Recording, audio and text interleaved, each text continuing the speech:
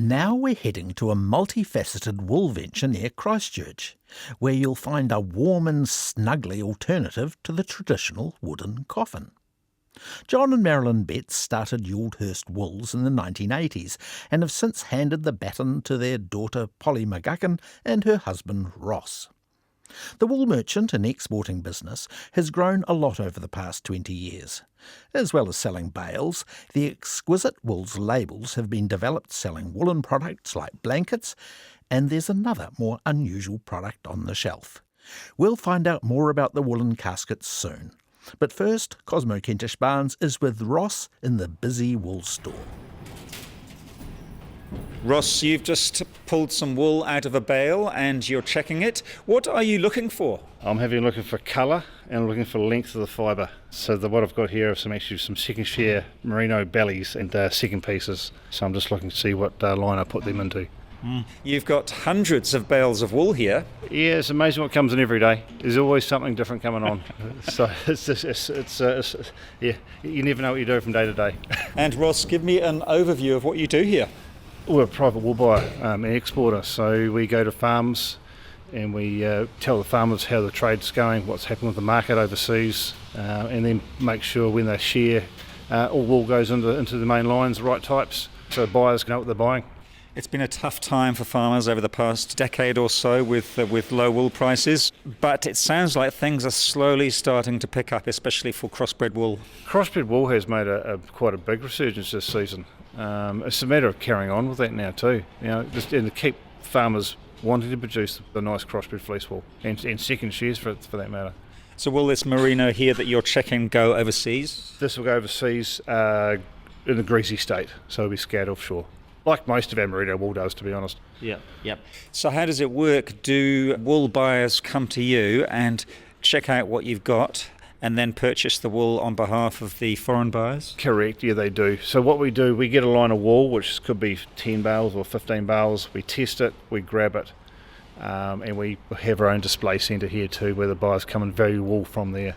Yes. So sometimes I guess you're able to tell farmers where the wool's going. Absolutely. Yeah, eventually we let them know where it's going Which is nice for the farmers. Oh, you have to these days. And that's what people ask for.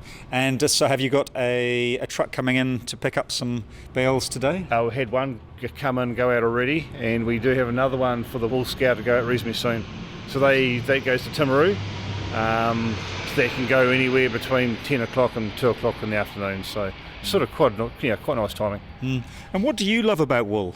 What made you want to get into this industry in the first place? I think we're born and bred on farm, and that something. Even my grandfather and father, we started out in the wool shed as very young kids, and you carry on doing it. You always had that love for wool. Just enjoyed it. Do you have a farm as well? Oh, we've got a lifestyle block, a few sheep.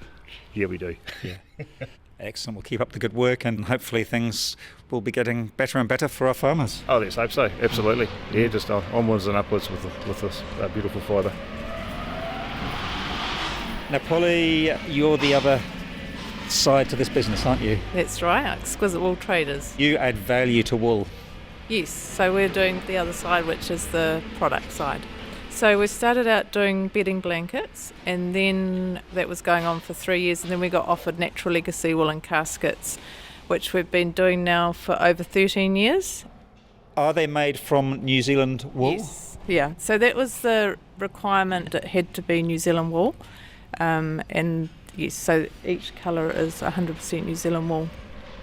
Do you select the wool from your wool store here? So Ross does, that's Ross's side. For the caskets? Yes. So here we've got the caskets. So main freight will drive in here, load up, and they go out on that day of order. This is a big one, isn't it? Yeah, so it comes in 3 sizes, and we do ash urns as well. So the 2 colours is a wool white and a sandstone grey. It's quite hard, isn't it? I thought it was going to be Very softer, rigid. but it's quite rigid. Stand up to 42 stone, which is about 222 kgs. Gosh, a big person. So it goes through this big wash, so it's like a felt. And then it's got jute underneath that goes right around the casket like a handbag if it has straps right around that gives you strong reinforcing. So it's been very well designed. How many fleeces worth of wool does one of these caskets take on average? Yeah, equivalent to 3 fleeces per casket. A lot of wool. So where are these caskets made? So they're made in the UK by an old mill, and the story was they researched back in time in the 1700s why the wool industry had a resurgence, and it was to do with, it was passed in Parliament that everyone be wrapped in a woolen shroud. So they thought, why don't we start designing a casket, and that's how it all got started.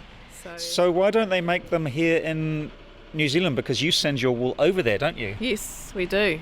We are limited for manufacturing in New Zealand, and to be honest, the mill spent a small fortune in designing, not only designing, but the milling of this cloth. And I guess it must be biodegradable So once it goes in the ground. Yeah, so it's suited to eco-burial, which are becoming more popular. So you're not allowed glues or staples or anything like that. Nails. The loved one has to be buried with no non-biodegradable shoes or clothing. It has to be natural fibre, not synthetic.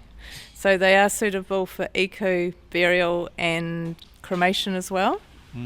They're very low in emissions for cremation. So it's just as any casket, but the added benefit is it's eco-burial as well.